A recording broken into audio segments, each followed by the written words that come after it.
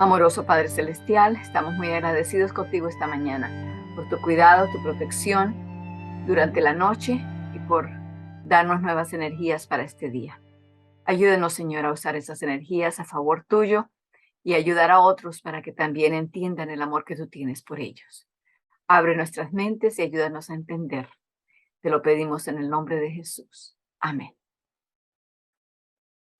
Entonces, quiero que repasemos los versículos de memoria del capítulo 2. Gálatas 2, versículos 19 al 21.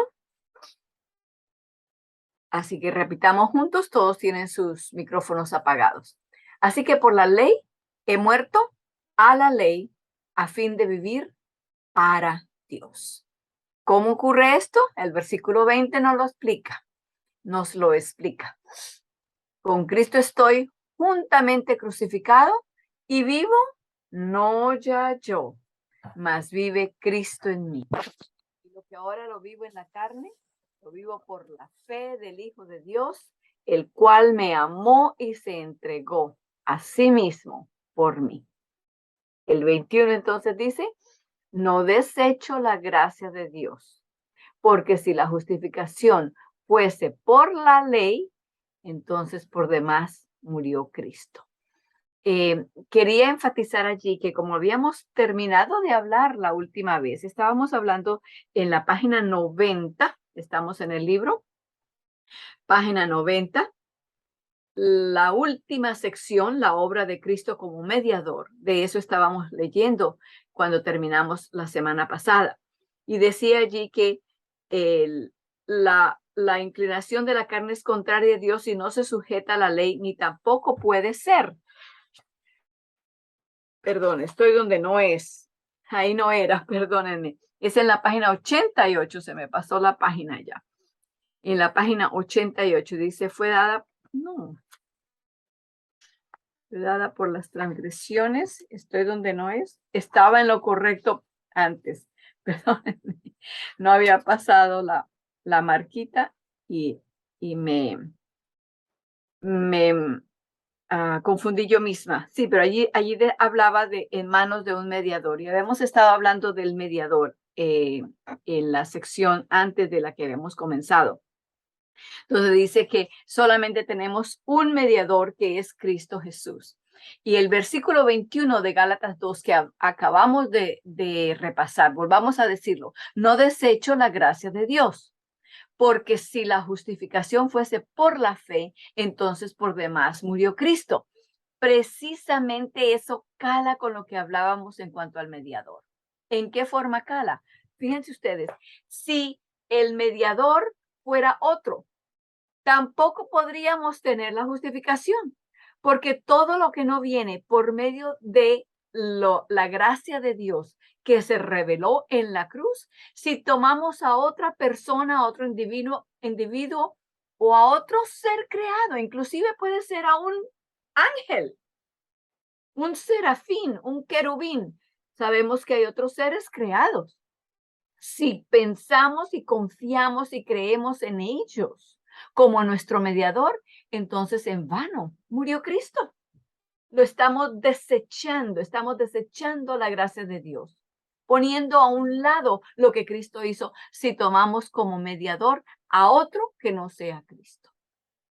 Quería hacer esa relación allí entre eso. Pues vamos a repetir entonces Gálatas 2, 19 al 21. Así que por la ley he muerto a la ley a fin de vivir para Dios. Con Cristo estoy juntamente crucificado y vivo no ya yo, mas vive Cristo en mí. Y lo que ahora vivo en la carne, lo vivo por la fe del Hijo de Dios, el cual me amó y se entregó a sí mismo por mí. No desecho la gracia de Dios, porque si la justificación fuese por la ley, entonces por demás o en vano murió Cristo. Entonces regresemos ahora sí a la página 90, donde estábamos leyendo la obra de Cristo como mediador. Basados en la última lectura de los versículos 19 y 20, por favor regresemos allá y vamos a leerlo para que entendamos el tópico del cual vamos a estudiar. En la página 88, en negrilla, dice, entonces, ¿para qué sirve la ley? Fue dada. Esa dada, recuerden, quiere decir no que fue por primera vez que fue emitida, no. Fue dada en voz alta y por escrito en el Sinaí, ¿verdad? Pero ya existía antes. Seguimos. Fue dada por causa de las transgresiones hasta que viniera el descendiente con D mayúscula. Está hablando de Cristo, ¿verdad? A quien se refiere la promesa. La ley fue promulgada por ángeles por medio de un mediador. Sin embargo, el mediador no representa a uno solo, aunque Dios es uno. Entonces, volvamos ahora sí a la página 90. Estábamos en la sección de la obra de Cristo como mediador y habíamos comenzado ese párrafo. Dice, el hombre se ha apartado de Dios y rebelado contra él. Todos nos apartamos como ovejas. Nuestras iniquidades han hecho separación entre nosotros y Dios, porque la inclinación de la carne es contraria a Dios y no se sujeta a la ley de Dios, ni tampoco puede. Aunque quisiera, no puede. Ya hemos leído esto bastante en Romanos capítulo 7 y esto viene del capítulo 8, versículo 7. Entonces, hermana Leslie, por favor, ¿puede leer de ahí en adelante?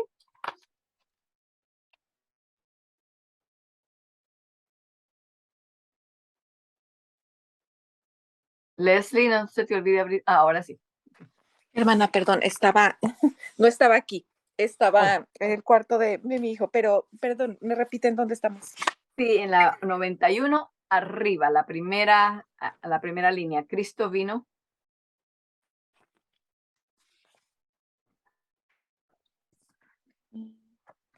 Después de Cristo, Romanos ok. 8:7. Sí, veo. Cristo. Ok, Cristo vino a fin de destruir la enemistad y reconciliarnos con Dios, porque Él es nuestra paz. Efesios 2, 14, 16. Cristo padeció por los pecados, el justo por los injustos para llevarnos a Dios. Primera de Pedro 3, 8. Por medio de Él tenemos acceso a Dios. Romanos 5, 1, 2. Efesios 2, 18. A través de Él es quitada la mente carnal, la mente rebelde, para que tome su lugar la mente espiritual, para que la justicia que quiere la ley se cumpla en nosotros, que no andamos conforme a la carne, sino conforme al espíritu. Romanos 8, 3, 4. La obra de Cristo es salvar al que se ha perdido, restaurar lo que se había roto, reunir lo que se había separado. Su nombre es Dios con nosotros y así con él morando en nosotros, llegamos a participar de la naturaleza divina. Segunda de Pedro 1:4. Entonces, por favor, si hay alguien que, a ver, se lo voy a poner a alguien. Hermana Marcela, ¿puede leer de la Biblia? ¿Puede buscar Efesios 2, 14 a 16? Sí, hermana. Ok, muy bien. Entonces, Efesios Efesios 2, 14 a 16. Y entonces, la hermana Edith puede buscar segunda de Pedro 1, 4. Hermana Edith, ¿está José con usted?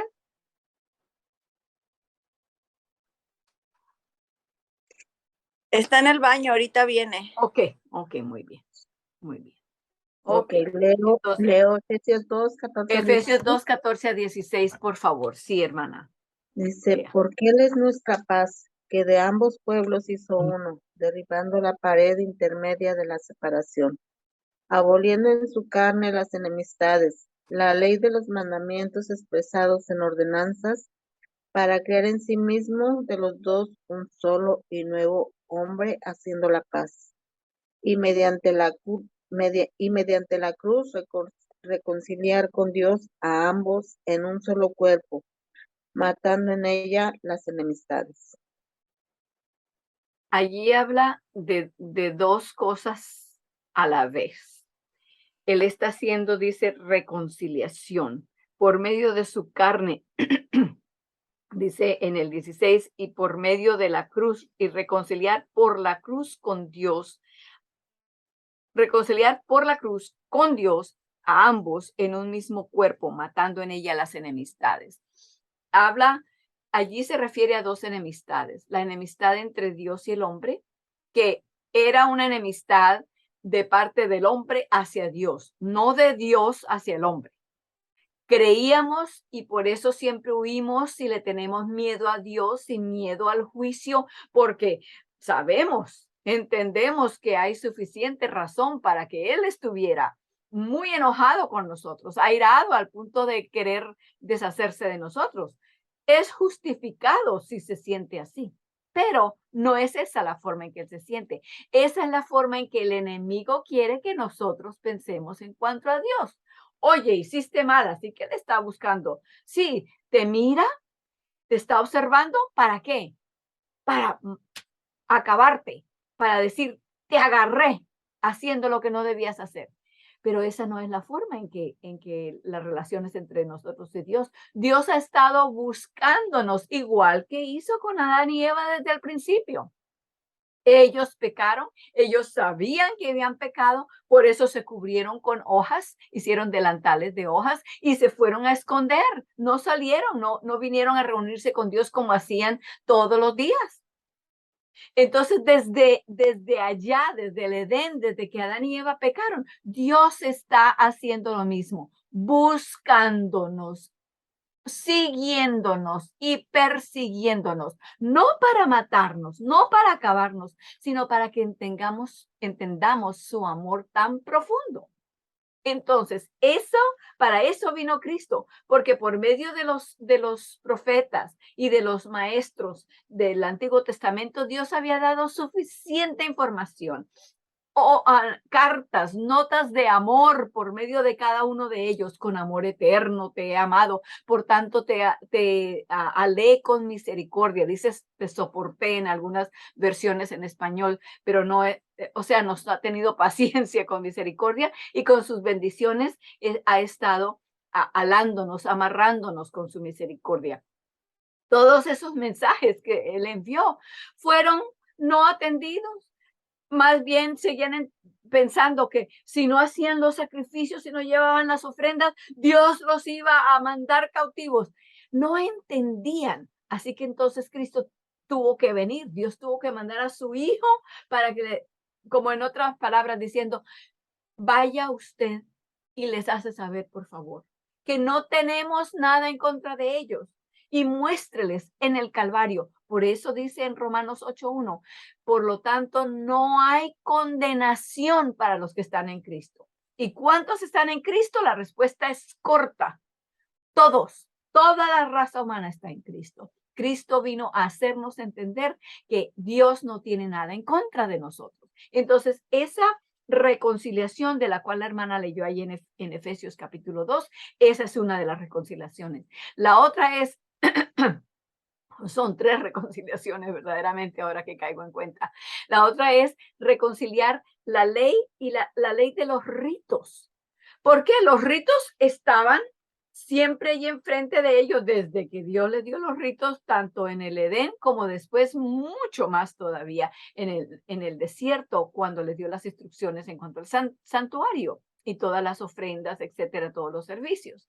Entonces, todas aquellas cosas llegaron a ser, ellos las voltearon y las hicieron ver como que estas eran cosas que Dios les estaba imponiendo a ellos, diciéndoles, ustedes tienen que hacer sacrificios, ustedes tienen que traerme esas ofrendas. Lo que Dios les estaba queriendo decir a ellos y a nosotros, por favor, entendamos esto. Lo que Dios les estaba diciendo es, yo voy a hacer un sacrificio y se lo voy a recordar en la mañana y por la noche. Y cada vez que pequen, también les voy a hacer recordar trayendo el corderito para que recuerden que yo voy a hacer un sacrificio que va a cubrir todos sus pecados y los va a limpiar de toda maldad. ¿Qué hicieron ellos? Empezaron a sentirse que ellos tenían que hacer el sacrificio, ellos tenían que traer las ofrendas, y si no lo hacían, Dios les iba a caer encima. Entonces, esa reconciliación entre las cosas que señalaban, los ritos que señalaban que Cristo iba a venir, Cristo vino, hizo una reconciliación, cumplió. Ya no había necesidad de traer los corderitos, porque lo que ya ellos señalaban ya se había cumplido. El símbolo y la realidad habían llegado todos al mismo punto, ya no había necesidad de más. Y la otra reconciliación, allí ella comenzó leyendo donde decía en el versículo 14, porque Él es nuestra paz, que de ambos hizo uno, derribando la pared intermedia de separación. Los judíos, la nación judía, había hecho una separación también entre ellos y los de fuera, los que no eran judíos, los demás, ellos y los demás, los gentiles. Gracias a Dios que Cristo vino y rompió esa pared. De manera que ahora nosotros, que somos los gentiles, hemos sido invitados, se ha abierto la nación, se ha abierto la población, se ha abierto la oportunidad y el llamado. La oportunidad estaba allí todo el tiempo. Dios no había hecho separación entre uno y el otro, ni tenía favoritos, no. Nunca, pero la nación judía había representado a Dios como haciendo separación entre las personas, y Cristo vino a romper esa pared de separación. Entonces, el siguiente versículo, la hermana Edith lo tenía, segunda de Pedro 1:4. Esto terminó donde Leslie había leído y decía, así, con él morando en nosotros llegamos a participar de la naturaleza divina. Por favor, todos vayamos a segunda de Pedro 1:4. Y si no lo tienen subrayado, esto es un versículo para tenerlo subrayado y con color y con etcétera, porque es muy importante. Hay una verdad tan preciosa allí. Hermana Edith, por favor, léala. Y debido a su gloria y excelencia, nos ha dado grandes y preciosas promesas. Estas promesas hacen posible que ustedes participen de la naturaleza divina y escapen de la corrupción del mundo causada por los deseos humanos. Hermanos, ¿se dan cuenta ustedes allí que Cristo no solamente vino y nos limpió y dijo, bueno, ahora quedan allí humanos limpios? Ya les dice la limpieza, pero quedan en la misma. Solamente limpios, pero quedan igual que antes. No. Cristo vino para no solamente limpiarnos, sino, ¿se dieron cuenta las palabras que se usan allí? Dice, para hacernos partícipes, o la versión de la hermana decía que para que nosotros podamos tener parte de la naturaleza divina, no es que vino a hacernos dioses, no malentendamos esto allí. No quiere decir que nosotros ahora somos divinos, no.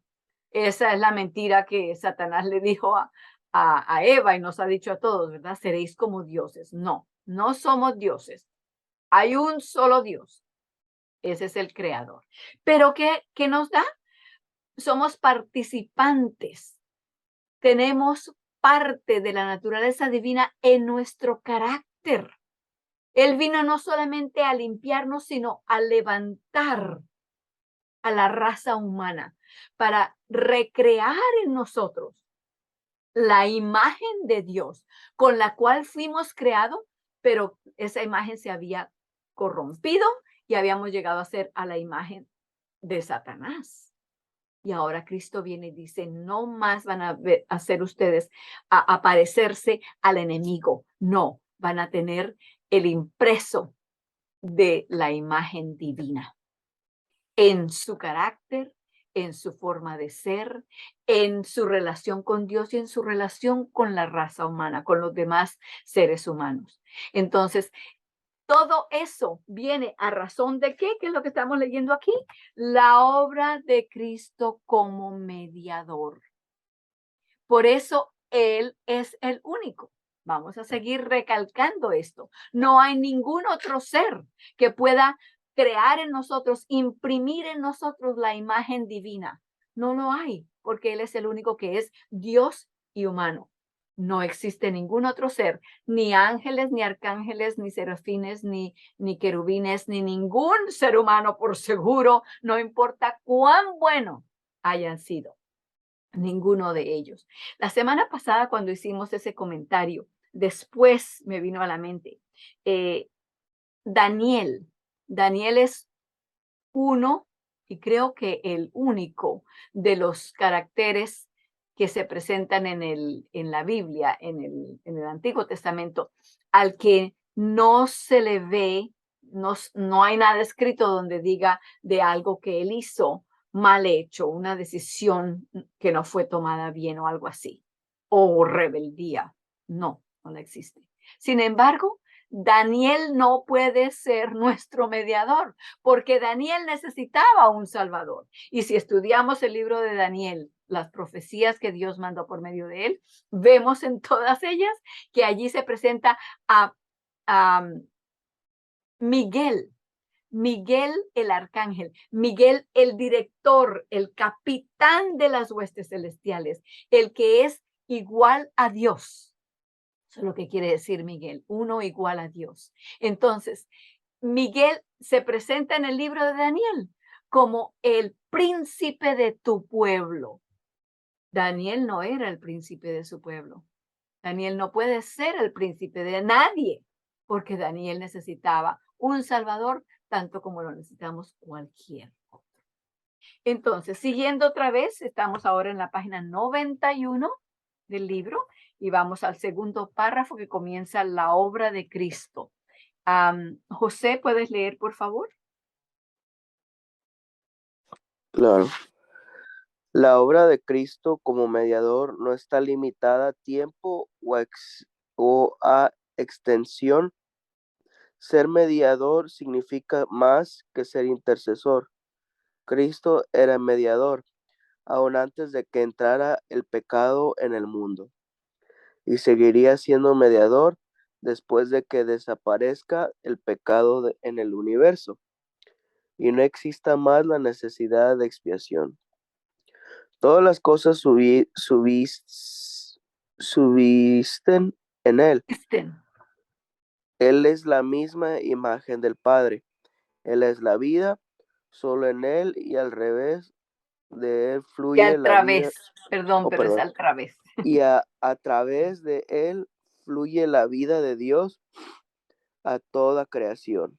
Él es entonces el medio, el instrumento y el mediador, el camino por el cual la luz de la vida llena el universo. No llegó a ser mediador a partir de la caída del hombre, sino que lo era desde la eternidad. Nadie, no simplemente ningún hombre, sino ningún otro ser creado viene al Padre, sino a través de Cristo. Ok, un momento. Paremos allí un momento porque hay varias cosas que tenemos que ponerle atención allí. Noten que el punto se está haciendo y se está recalcando una y otra vez, que Cristo era mediador desde antes que el pecado entrara. Mediador en el hecho, por el símbolo, el significado que tiene la palabra de que es un canal por medio del cual llega todo, por medio del cual llega la vida. Él fue el creador.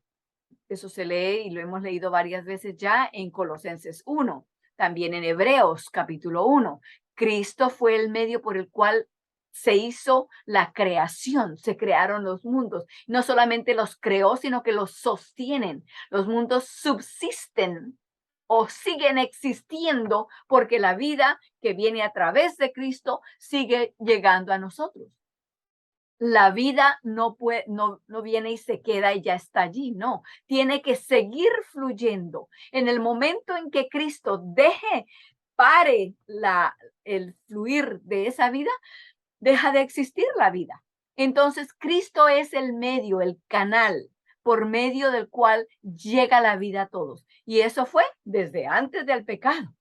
Él fue el creador antes de que el pecado entrara. Él ya era mediador por medio de esto, en esa forma de verlo. Entonces, recalca en la última parte que José leyó, nadie No simplemente ningún hombre, sino ningún otro ser creado viene al Padre sino a través de Cristo. En Juan 14:6, por favor, abran sus Biblias allí. Juan 14:6, y yo sé que varios de ustedes conocen el versículo y tal vez de memoria. Juan 14:6. Cristo está hablando y habla de sí mismo. Estaba en una conversación con Felipe. Sí, Philip. Felipe que le dice, Cristo dijo, vendré otra vez y os tomaré a mí mismo para que donde yo estoy, vosotros también estéis.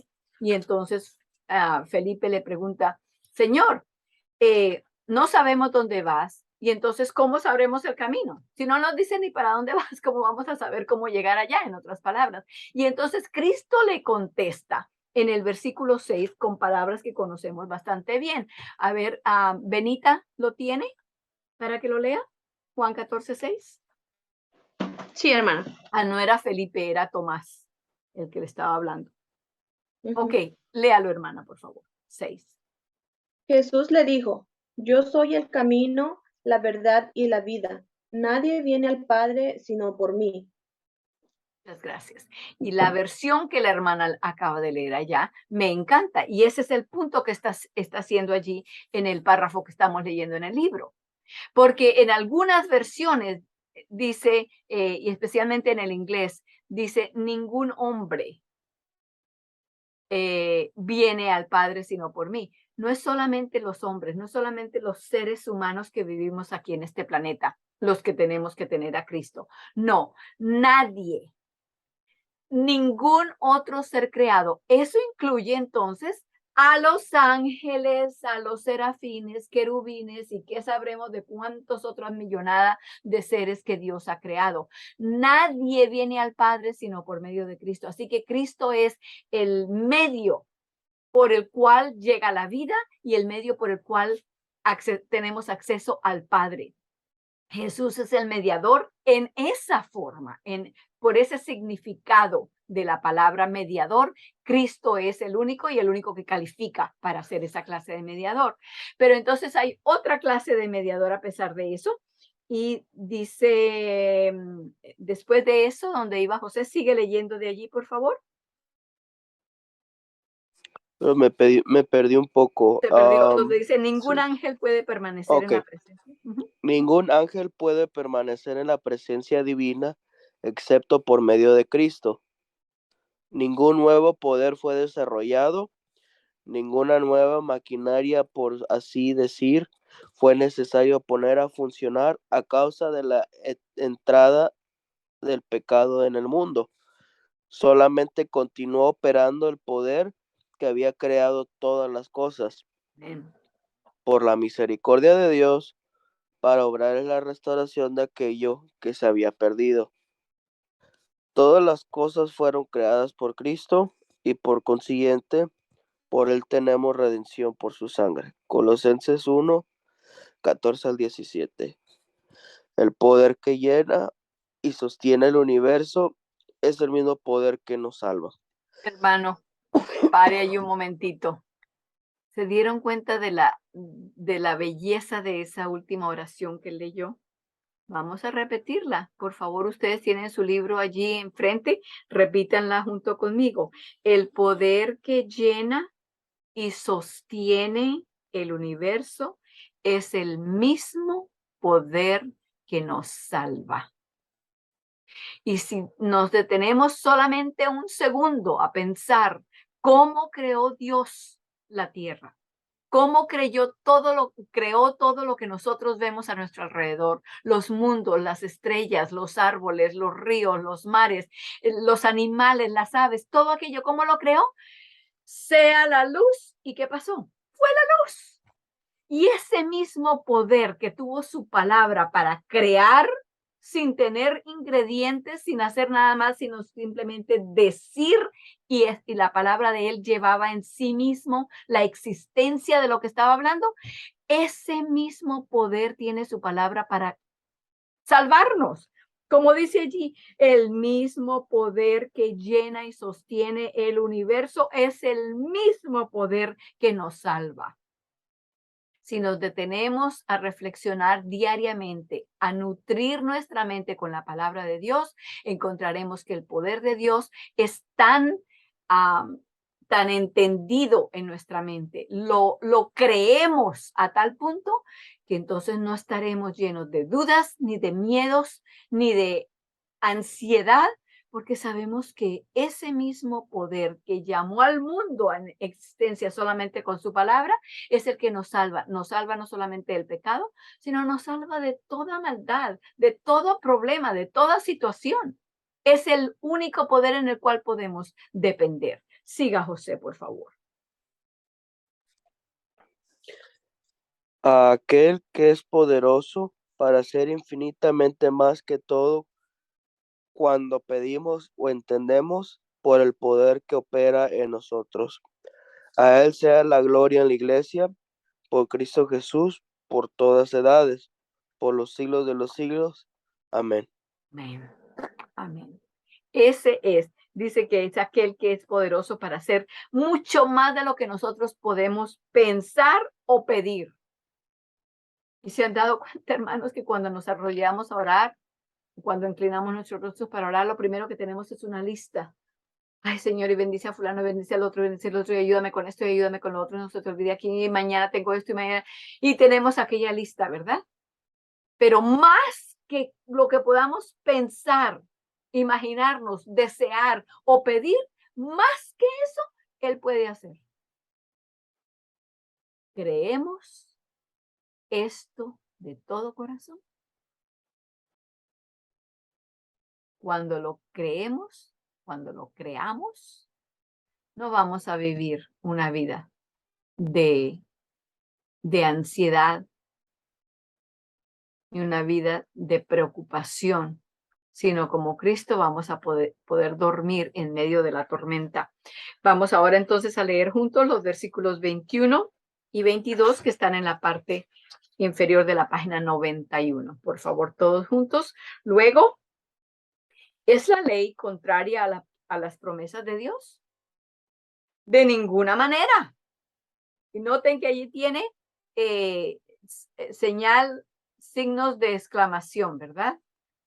De ninguna manera, no solamente dijo de ninguna manera, no, de ninguna manera. Escúchenlo en voz alta, eso es lo que quiere decir una exclamación, ¿verdad? Sigamos leyendo. Porque si la ley pudiera vivificar, la justicia vendría realmente por la ley. Pero la escritura encerró todo bajo pecado para que la promesa fuese dada a los creyentes por medio de la fe en Jesucristo.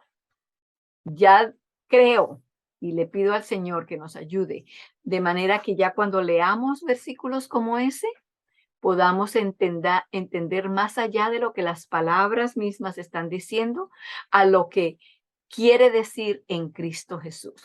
Digamos entonces en la página 92,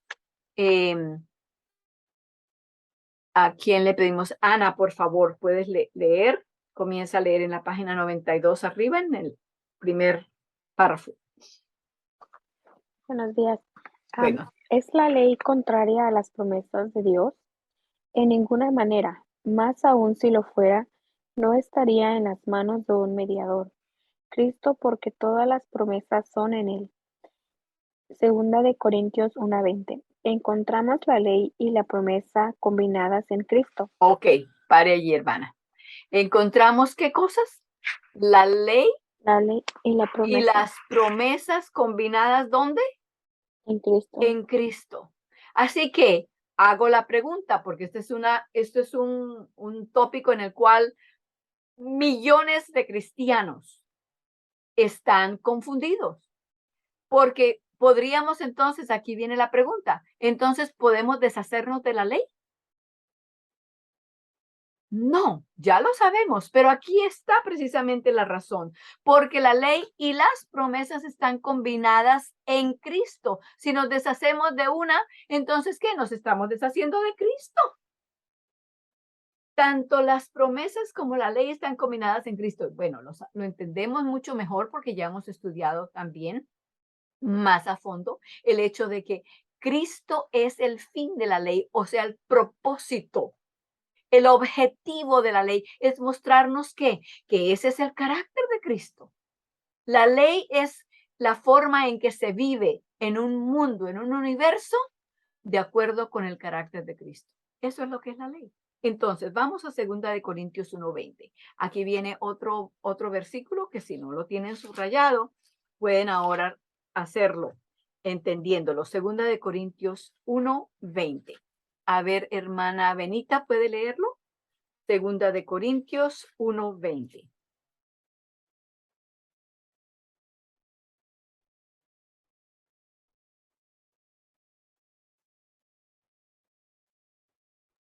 Sí, hermana. Porque todas las promesas de Dios son en Él.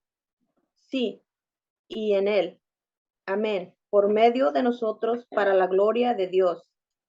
O sea, ustedes pueden tomar su Biblia y abrir en cualquier lugar y encontrar una promesa.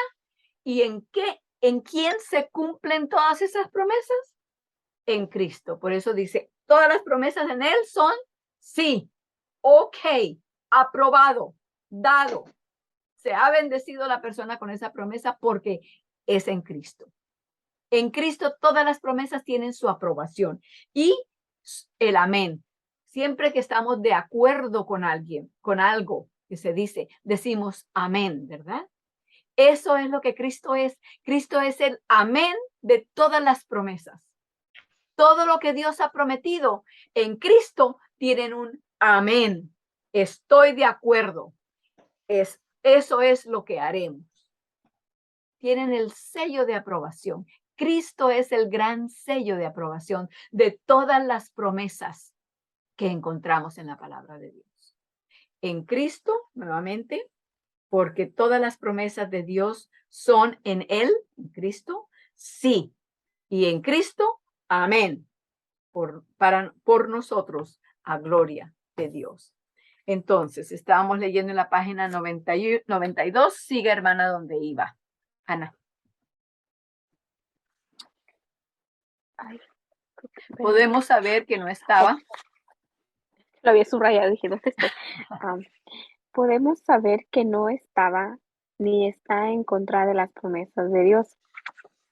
En base al hecho de que Dios dio ambas, la promesa y la ley, sabemos también que la proclamación de la ley no introdujo ningún nuevo elemento en el pacto, por la razón de que, habiendo sido confirmado, nada podía añadírsele o restársele.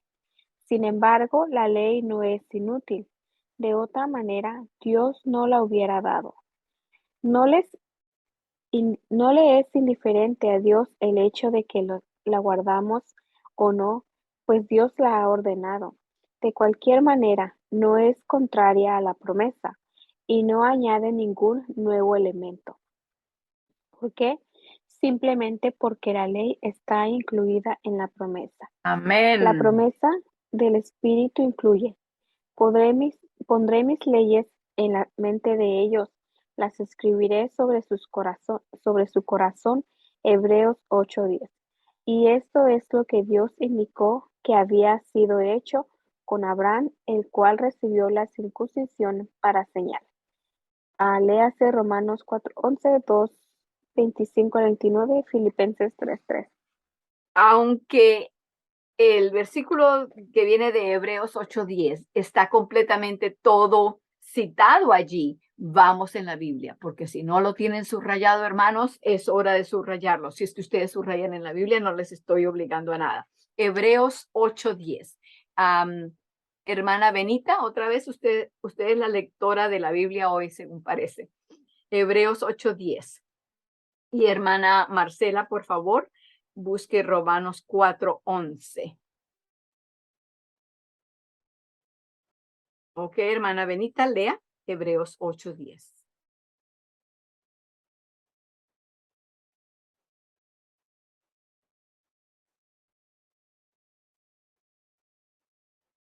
Sí, hermana.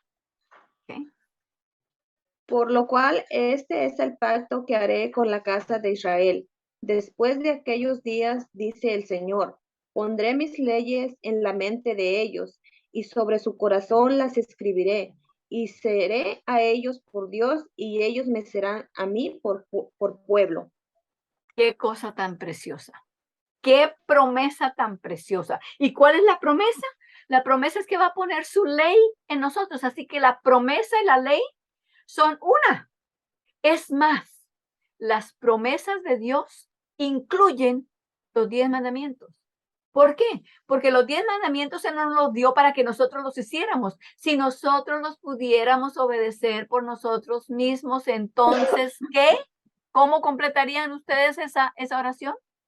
Si nosotros pudiéramos obedecer los mandamientos de Dios por nosotros mismos, entonces... Por demás murió Cristo. Amén, hermana Marcela, claro que sí. Si nosotros hubiéramos podido hacer eso, ¿a qué vino Cristo? No tenía que venir. Entonces, las promesas de Dios incluyen los 10 mandamientos. ¿Por qué? Porque nosotros no los podemos guardar. Y Dios no nos los dio diciendo, ustedes tienen que hacer esto y esto y esto y esto y esto. No, dijo, yo soy el Dios que os sacó de Egipto y de la casa de esclavitud. Hermanos, ustedes y yo tal vez no hayamos ni siquiera visitado el Medio Oriente o el país de Egipto, pero Cristo nos sacó de un Egipto peor, el pecado. También dice, no solamente os saqué de Egipto, sino os saqué de la casa de esclavitud. Hermanos, no hay esclavitud peor que la del pecado.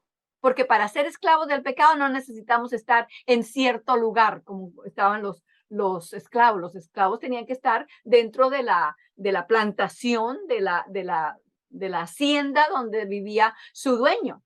No, el pecado nos alcanza en todas partes, a toda hora, estemos con otros o solos, sea de día o sea de noche. El pecado está en nosotros mismos, así que va con nosotros donde vayamos. ¿Qué esclavitud tan esclavizadora? Pero Cristo dice, yo, el que los saqué a los israelitas de Egipto y de la casa de esclavitud, yo los he sacado a ustedes. ¿Y sabe lo que voy a hacer con mi ley? No es que la voy a abolir, la voy a sacar, la voy a cambiar, la voy a tirar. No, la pondré en vuestros corazones. ¿Qué quiere decir esto? Quiere decir que cuando la ley de Dios está en nuestros corazones, es como quien tiene, y ahora en nuestra tierra, en nuestra era de tecnología, podemos entender esto mejor. Nos han cambiado el chip. Nos han puesto un chip nuevo. Con el chip anterior, ¿qué hacíamos? Fácilmente pecar. Y no queríamos pecar, pero eso era todo lo que hacíamos. Y lo que queríamos hacer, bueno, terminábamos haciendo lo malo, porque eso era todo lo que teníamos capacidad de hacer. Pero cuando la ley de Cristo, Dios la escribe en nuestros corazones, en nuestras mentes, como dice allí, la voy a poner en vuestras mentes. Y sobre el corazón de ellos las escribiré. Quiere decir que hay un chip nuevo. Y ahora, en vez de hacer lo que hacíamos con el anterior, con esta nueva, automáticamente queremos hacer solamente lo bueno. Y lo podemos hacer ¿cómo? No por nosotros. Ese chip, el chip que Dios ha puesto, ¿quién es? Cristo. Cristo vive en nosotros. Entonces repitamos 2:20 de Gálatas, ¿verdad? Con Cristo estoy juntamente crucificado y ya no vivo yo, sino vive Cristo en mí, un nuevo chip. Y la vida que ahora vivo en la carne, la vivo ¿cómo? Por la fe del Hijo de Dios, ese nuevo chip que Dios ha puesto en mi mente y en mi corazón, el cual me amó y se entregó a sí mismo por mí. La fe de Jesús vive en mí y ahora yo no quiero hacer nada más que no sea lo que Dios quiere. No es difícil para mí, así como era fácil antes para mí hacer lo malo, así ahora se convierte en fácil hacer lo que es bueno. ¿Por qué? No porque yo lo estoy haciendo, sino porque Cristo vive en mí. Hay un nuevo chip en mi mente, en mi corazón. ¿Y qué es? Es nuevo y no es tan nuevo, porque es el carácter de Cristo. Es desde la eternidad pasada hasta la eternidad futura. Cristo vive en mí. Nuevo chip. Hermana Marcela, lea el suyo, el de Romanos 4:11. Dice, y recibió la circuncisión como señal, como sello de la justicia de la fe que tuvo estando aún incircunciso, para que fuese padre de todos los creyentes no circuncidados, a fin de que también a ellos la fe les sea contada por justicia. ¿Recibió la circuncisión como qué? ¿Alguien que me conteste? Como señal. Como señal. La circuncisión no tomaba el lugar de la fe.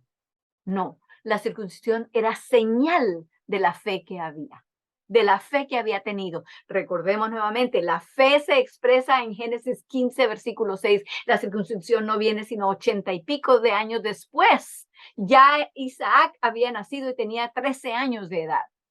Y ahí fue cuando Dios le dijo, te voy a dar este rito como señal de la fe que tuviste allá 80 y pico de años atrás. Perdón, 80 y pico de años atrás, no, eran 13 años. 13 años o 14, porque Isaac no había nacido cuando cuando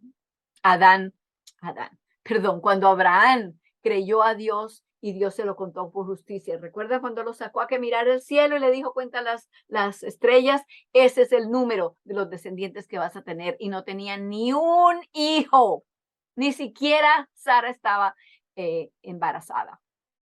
Entonces le dice, para que recordemos cómo es, qué es lo que la fe es y cómo funciona la fe, te voy a dar esta señal. No convirtamos la señal ahora en lugar de la fe. No, la fe es la que lleva a cabo esa transacción en que Cristo pone su naturaleza en nosotros. Haya pues en vosotros este pensar, este sentir, esta forma de ser que hubo en Cristo Jesús también. Entonces, tenemos también a Filipenses 3:3. Otro de subrayar, hermanos. Filipenses 3:3. A ver, no sé si la hermana Marta puede leer. ¿Ya puede leer, hermanita?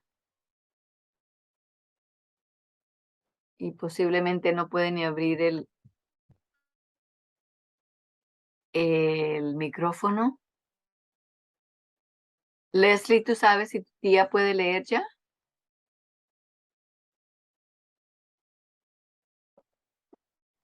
No Posible. sé, no sé porque cada día con ella es diferente, pero como dice, tal vez no puede ni abrir el micrófono. Sí, así es. Entonces vamos a pedirle al hermano Sixto, por favor, si tiene Filipenses. No sé si tiene su Biblia ya, hermano. Tal vez le pedí que leyera lo que no tenía. Sí, está bien. Filipenses, repítame la cita, por favor. 3:3. Ahorita la abrimos aquí. Filipenses 3:3 dice, porque nosotros somos la circuncisión, los que en espíritu servimos a Dios y nos gloriamos en Cristo Jesús, no teniendo confianza en la carne.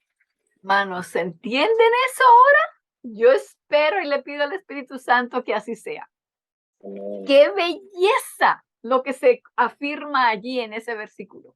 Filipenses 3:3. Nosotros somos la circuncisión, nosotros somos la señal, nosotros somos ese símbolo de la fe. ¿Por qué? Porque en nosotros vive Cristo y no tenemos, ¿se dan cuenta cómo dice al final? Nos gloriamos en Cristo Jesús no teniendo confianza en la carne, no confiamos no solamente en la carne cuando hablamos de los seres humanos en grande, en el grupo, sino no confiamos en nosotros mismos, porque sabemos que nosotros mismos no podemos. Entonces, cuando entendemos eso y cuando creemos eso y le permitimos a Cristo que Él sea el que haga en nosotros con su fe lo que tiene que hacer, que haga en nosotros el impreso de su carácter en nuestras mentes, en nuestras vidas, entonces, ¿qué pasamos a hacer? Pasamos a ser señal de lo que Dios ha hecho en nosotros. Nosotros somos la circuncisión, dice. Los que servimos en espíritu a Dios, no solamente en lengua, en acción, solamente para que los demás nos vean. No, Esto es sincero, esto viene desde adentro, desde la forma, desde el cerebro donde comenzamos a pensar y a reflexionar y a hacer decisiones. Los que servimos en espíritu a Dios y nos gloriamos en Cristo Jesús. ¿Por qué? Porque nosotros no tenemos de qué gloriarnos. No tenemos ninguna confianza en la carne. No nos confiamos ni para salir a recoger el correo afuera. No nos confiamos para nada, porque estamos entendiendo cada día más qué flacos, qué débiles somos. No podemos. Y entonces confiamos en Cristo más y más y más y más. A medida que nos vamos dando cuenta de que nosotros menos y menos y menos, Cristo tiene que ser más y más y más, como dice en Juan 3:30, como dijo Juan el Bautista. A él conviene crecer y a mí menguar. Nosotros somos la circuncisión. Allí está lo que Cristo quiere hacer. Lo que estábamos leyendo aquí. La ley no es contraria a las promesas de Dios. La ley son las promesas de Dios. Entonces, si son promesas, ¿son carga? No deben ser carga. No debemos mirarlos como, ay, eso también. Ay, no. Señor, tienes permiso, haz eso también en mí. Y leemos algo más, entendemos algo más. Señor, hazlo en mí también. La ley magnifica la promesa. A ver, hermana Benita, por favor.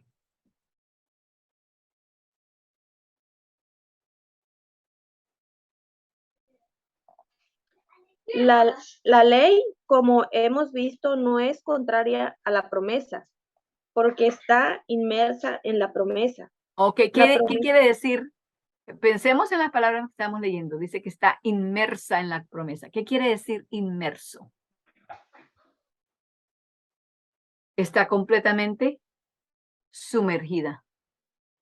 Eso es inmergir, inmersa. Entonces, la ley está sumergida en la promesa. La ley es la promesa. Tenemos que entender esto bien. Recuerden, el título de esta sección es La ley magnifica la promesa. Le pone una lupa para que la veamos bien grande, la agranda. Siga leyendo, hermana. La promesa de que Abraham y su simiente heredarían la tierra fue hecha a través de la justicia por la fe. Pero la ley es justicia y rectitud. Como dice Dios, oídme los que conocéis la justicia, pueblo en cuyo corazón está mi ley. Isaías 51:7. De manera que la justicia que la ley demanda es la única que puede ser heredar la tierra prometida, pero se obtiene no por las obras de la ley, sino por la fe. La justicia de la ley no se logra por medio del esfuerzo humano, sino por la fe. Véase Romanos 9:30 a 32. Por consiguiente, entre mayor sea la justicia que la ley demanda, es más grande la promesa de Dios, porque Él ha prometido darla a todo aquel que cree. Sí, Él lo ha jurado. Entonces, cuando la ley fue proclamada en el Sinaí, en medio del fuego, la nube y la oscuridad, con potente voz, acompañada del sonido de la trompeta de Dios, y la tierra temblando por la presencia del Señor y de sus huestes angélicas, para indicar la inconcebible grandeza y majestad de la ley de Dios. Fue para todo aquel que recordaba el juramento de Dios una revelación de la asombrosa grandeza de la promesa divina, por causa de toda la justicia que la ley demanda. Él ha jurado. Termine la siguiente oración. Él ha jurado. Él ha jurado darla a cada uno que confía en él. Amén. Pare allí, hermana. Pare un momentito allí. Okay. Él ha jurado darla a cada uno que confía en él.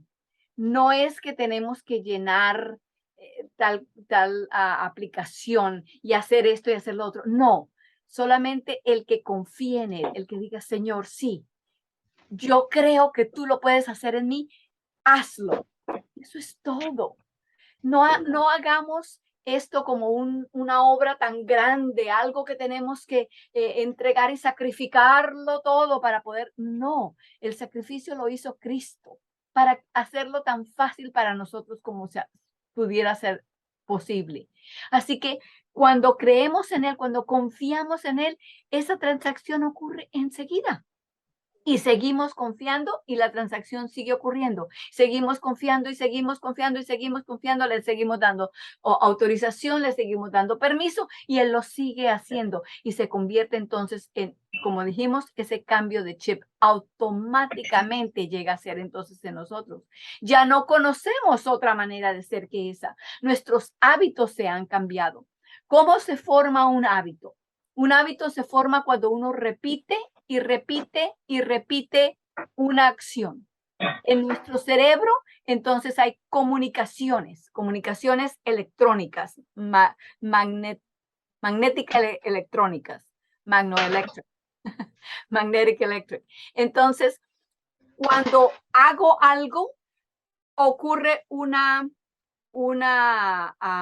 comunicación entre células en mi cerebro. Y esa comunicación ocurre y luego esa se comunica con otra y se comunica con otra y hacen como un surco, como un camino. Y cada vez que repito y repito y repito esa acción, esa decisión, se va haciendo más fácil. La comunicación se vuelve rapidita, automática. Cuando Cristo entra en nosotros y es parte de nuestra mente, toma una nueva posición en nuestra mente, ahora los hábitos tienen que cambiar. Hay hábitos que tengo que dejar de hacer y hábitos nuevos que tienen que producirse. Pero el Señor los hace. Y entonces, como ya no estamos usando los caminos viejos que estaban allí en los surcos de nuestro cerebro, ahora es la palabra de Dios, es el carácter de Dios, es la fe de Jesús obrando en mí. Eso crea nuevos patrones, nuevos surcos en nuestro cerebro, de manera que entonces ya no es algo que, ya no me siento bien como el que fuma todo el tiempo, ya no se sienten bien si no tienen el cigarrillo entre los dedos. No, ya no me hace falta.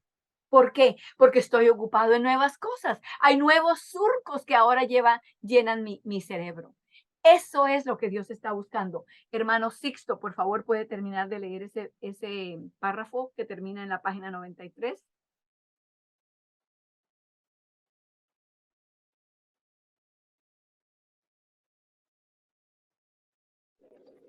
Sí. Los preceptos de Dios son promesas. Perdón, pero comienza desde la página 92, donde dice la voz potente. Sí, perdón. La voz potente con la cual fue proclamada la ley es la voz potente que desde las alturas de los montes proclama las buenas nuevas de la misericordia salvadora de Dios. Isaías 49. Ahora, hermanos, por favor, subrayen o pónganle un círculo al resto de este párrafo. Sigue, hermano. Los preceptos de Dios son promesas. Deben de ser necesariamente así, porque Él sabe que el hombre no tiene ningún poder. Todo lo que Dios requiere es lo mismo que Él imparte.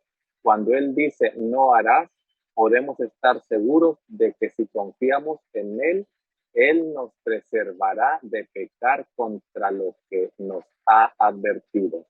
Él nos librará de caer. Amén. ¿Qué decimos a esto? Amén, amén y amén. Amén y amén. Creámosle, hermanos. Él es digno de nuestra confianza. Y no creamos en nosotros mismos porque no somos dignos de esa confianza para nada. Cuando Él dice no harás, podemos estar seguros de que si confiamos en Él, Él nos preservará de pecar contra lo que nos ha advertido. Él nos librará de caer. Con estas palabras, les invito a que nos arrodillemos para orar.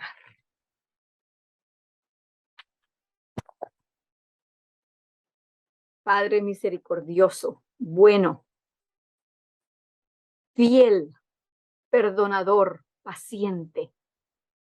Señor, nos postramos delante de ti porque a medida que abres los ojos de nuestra mente y nos ayudas a ver las cosas como realmente son y como tú las estás diciendo, caemos en cuenta, Señor, de que hemos estado batallando en la batalla incorrecta. Hemos estado tratando de hacernos buenos a nosotros mismos cuando no podemos. Pero Señor, ahora que nos damos cuenta, ahora que tu Espíritu Santo abre los ojos de nuestra mente para entender de que no es por nuestras obras, sino que es por las obras que a ti te permitimos que hagas en nosotros. Señor, ayúdanos, ayúdanos. Tú tienes que hacerlo, Dios Santo, porque nosotros no podemos. Hasta las fuerzas para entregarnos a ti las necesitamos de ti. Por lo tanto, no importa dónde estemos, ni qué situación estemos enfrentando, ni qué edad tengamos, ni qué hábitos hayamos formado ya en nuestras mentes y los hayamos practicado por quién sabe cuántos años y décadas. Señor, levántanos, levántanos del cieno del pecado. Ayúdanos a entregarnos completamente y que cada vez que dudamos o que no titubeemos y no te permitamos completo acceso, Señor, que en vez de decir, ya yo sabía que yo no podía, no, ya sabíamos que no podíamos, así que ayúdanos a entender que eso quiere decir que tenemos que entregarnos aún más a ti. Perdónanos donde hemos dudado, levántanos con tu bendición, Señor, y ayúdanos a caminar así como Cristo caminó. El que dice que está en él debe andar como él anduvo, dice en Primera de Juan. Pero Señor, ¿cómo es eso? Solamente podemos andar como él anduvo si le permitimos que él sea el que haga el andar en nosotros y por nosotros. Ayúdanos, Señor, para que esta semana sea una semana de transición, de completo cambio, que nuestra mente sea la mente de Cristo diariamente, que la alimentemos con tu palabra, para que así no la dejemos marchitar. Te lo pedimos, te lo agradecemos en el nombre de Jesús. Amén.